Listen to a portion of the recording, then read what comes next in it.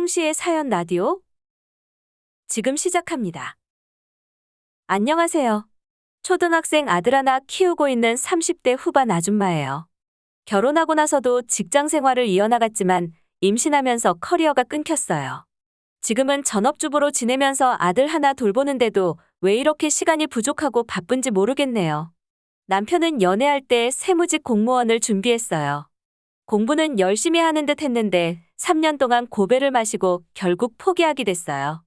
그나마 다행인 건 시아버지가 작은 사업체를 운영하고 계셔서 그곳에서 직장 생활을 시작했어요. 그래도 아들이라고 하는 일에 비해서 월급도 후하게 주셨어요.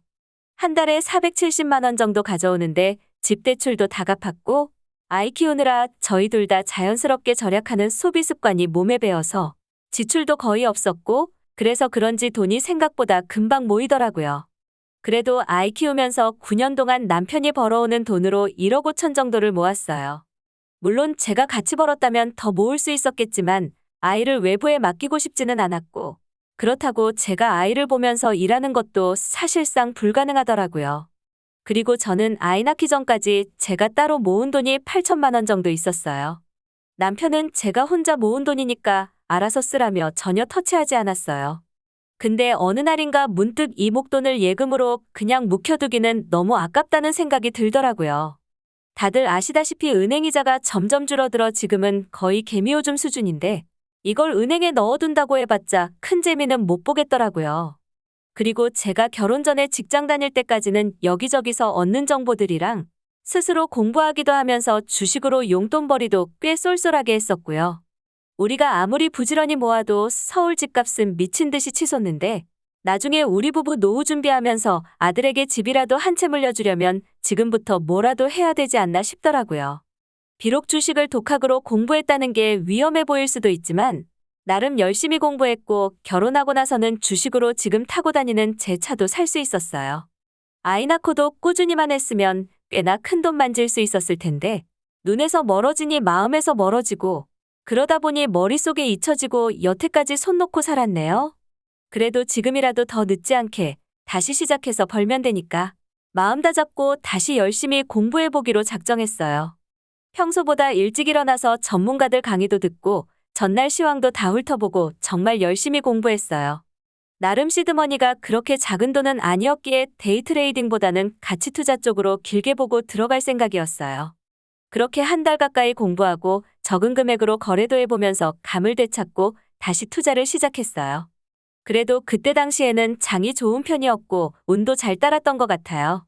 손실이 나거나 별 변동 없는 종목도 있었지만 상치는 종목도 여러 개가 있었고 결론적으로 제 잔고는 3달 만에 2배까지 불어났어요.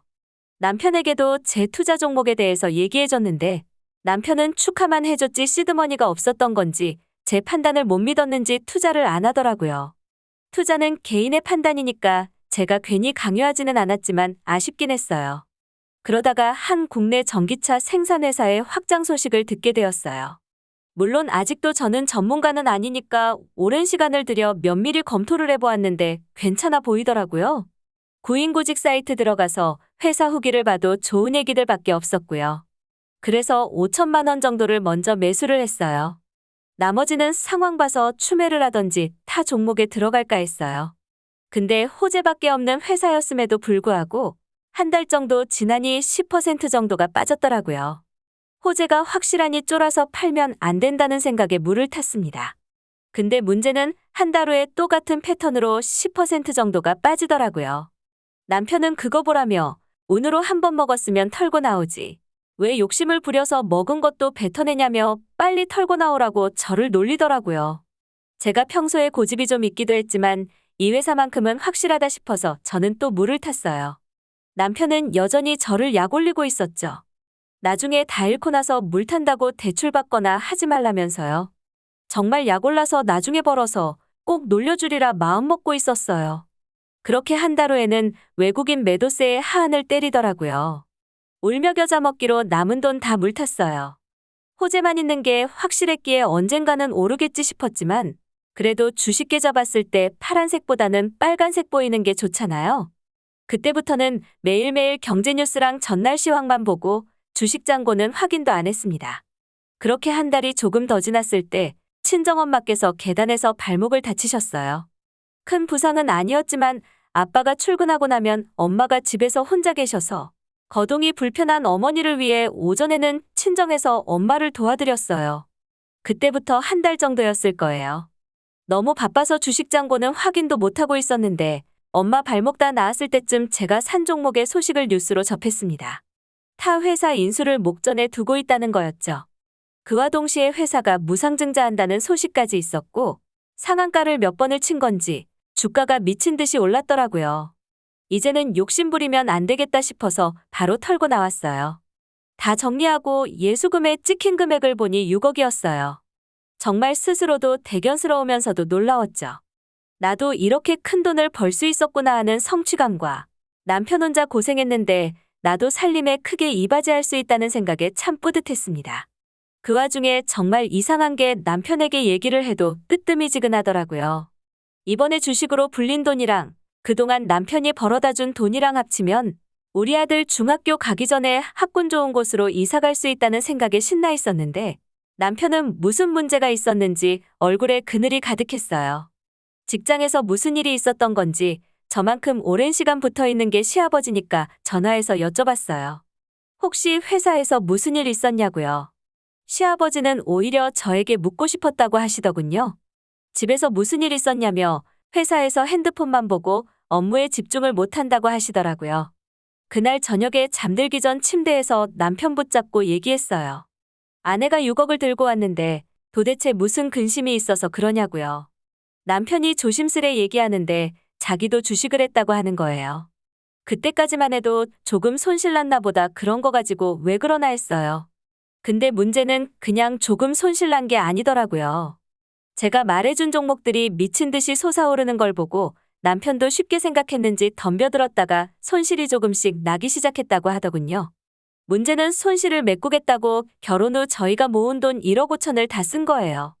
그래도 거기까지였으면 제가 메꿀 수 있었는데 저 몰래 주택담보대출까지 받았더라고요. 정말 하늘이 무너지는 것 같았어요. 대출까지 해서 손실난 게 얼마냐고 물어보니 4억 5천이라네요. 거기다가 저희가 모은 돈 1억 5천까지 하면 6억 그냥 날아간 거였죠. 돈도 돈이지만 저한테 아무 말도 없이 멋대로 대출까지 끌어다 쓰고 무슨 똥배짱인지 아주 기가 차더군요.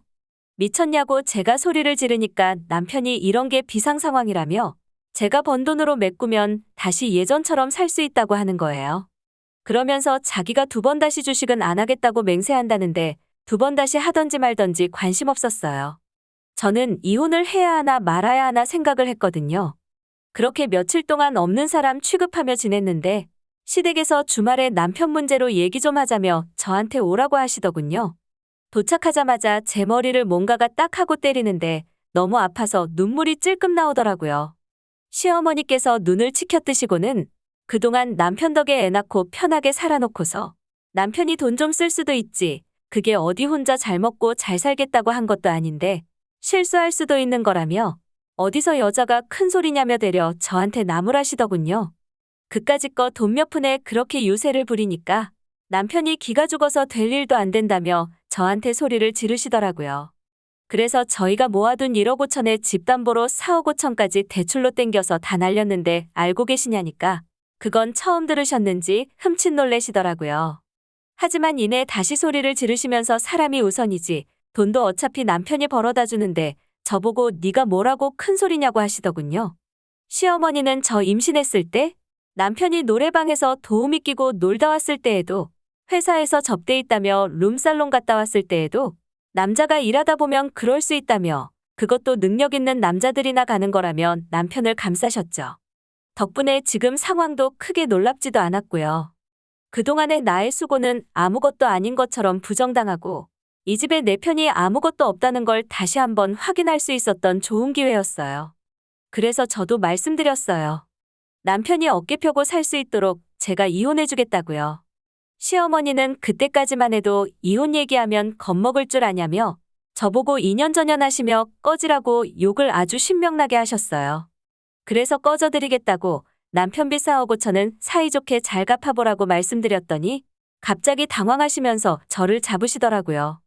그렇게 저는 시어머니 팔을 뿌리치고 집에 와서 아들 데리고 친정으로 향했습니다.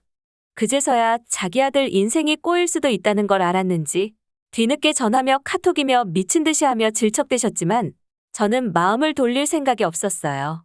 마지막까지 시어머니는 자기 손자는 내놓고 가라며 생떼를 쓰셨지만 남편은 현실을 깨닫은 건지 아무 말 없이 양육권을 저에게 넘겼죠. 재산분할 욕심도 안 냈습니다.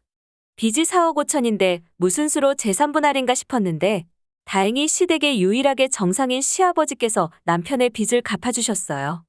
덕분에 제 몫은 10원 한 장 남기지 않고 다 챙겨올 수 있었죠. 친정에서는 고생했다며 힘든 거 있으면 기대라고 하시지만 그래도 제 힘으로 헤쳐나가려고요. 싱글맘으로 살아가는 게 쉽지는 않겠지만 그래도 이 돈 잘 굴려서 우리 아들 대학도 보내고 장가도 보내보려고요. 홍시의 사연 라디오 오늘 이야기 여기까지입니다. 재미있게 들으셨다면 구독과 좋아요 부탁드립니다.